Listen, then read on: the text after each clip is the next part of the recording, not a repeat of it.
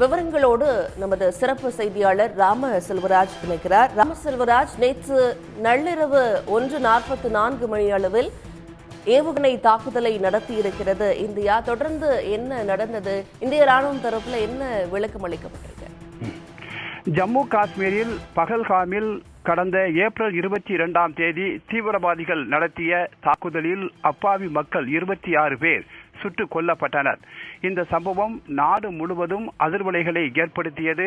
உலக அளவில் பாகிஸ்தானுடைய இந்த செயலுக்கு கடும் கண்டனங்கள் எழுந்தன. அதனைத் தொடர்ந்து இந்தியா தரப்பிலும் அதிரடி நடவடிக்கை எடுக்கப்பட்டது.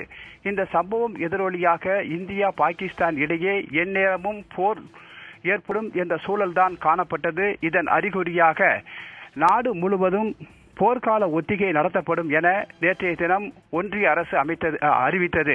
குறிப்பாக பிரதமர் நரேந்திர மோடி இது தொடர்பாக ஆலோசனை நடத்திய பிறகு இந்த அறிவிப்பு வெளியானது. அதன்படி இன்றைய தினம் நாடு முழுவதும் கிட்டத்தட்ட 500க்கும் மேற்பட்ட இடங்களில் இந்த போர்க்கால ஒத்திகை நடைபெற இருந்தது. சென்னையை பொறுத்தவரையில் கல்பாக்கம் அணுமின் நிலையம் மற்றும் சென்னை துறைமுகம் வளாகம் போன்ற இடங்களில் இன்று மாலை 4 மணிக்கு இந்த ஒத்திகை நடைபெறுவதாக அறிவிக்கப்பட்டு இருந்தது.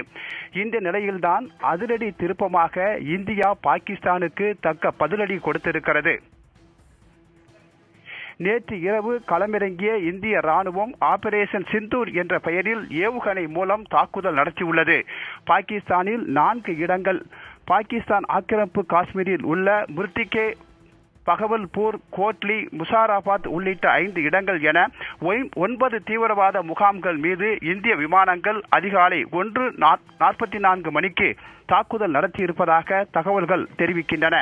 லஷ்கர்-இ-தொய்பா மற்றும் ஜெய்ஷ் தீவிரவாத முகாம்கள் மீது நடத்தப்பட்ட தாக்குதல் தொடர்பாக இந்திய ராணுவத்தின் வீடியோ காட்சிகளை மத்திய அமைச்சர் கிரண் ரிஜிஜு தனது எக்ஸ் தளத்தில் பகிர்ந்துள்ளார்.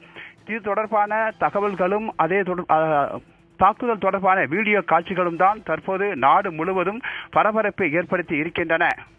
ஹபீஸ் அஹமது தலைமையிலான லஷ்கர்-இ-தொய்பா அமைப்பின் தலைமையிடத்திலும் பஞ்சாப் மாநிலம் பகல்பூரில் உள்ள மசூத் ஆசாத் தலைமையிலான ஜெய்ஷ்-இ-முகமது தீவிரவாத இயக்கத்தின் தலைமையிடத்திலும் இந்தியா தாக்குதல் நடத்தியுள்ளது.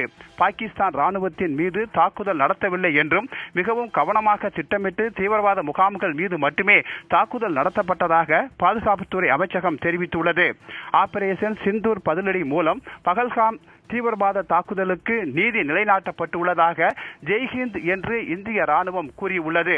பகல்காம் தீவிரவாத தாக்குதலுக்கு 2 வாரங்களில் இந்தியா தக்க பதிலடி கொடுத்திருப்பது பாகிஸ்தானை அதிர்ச்சியில் ஆழ்த்தியுள்ளது.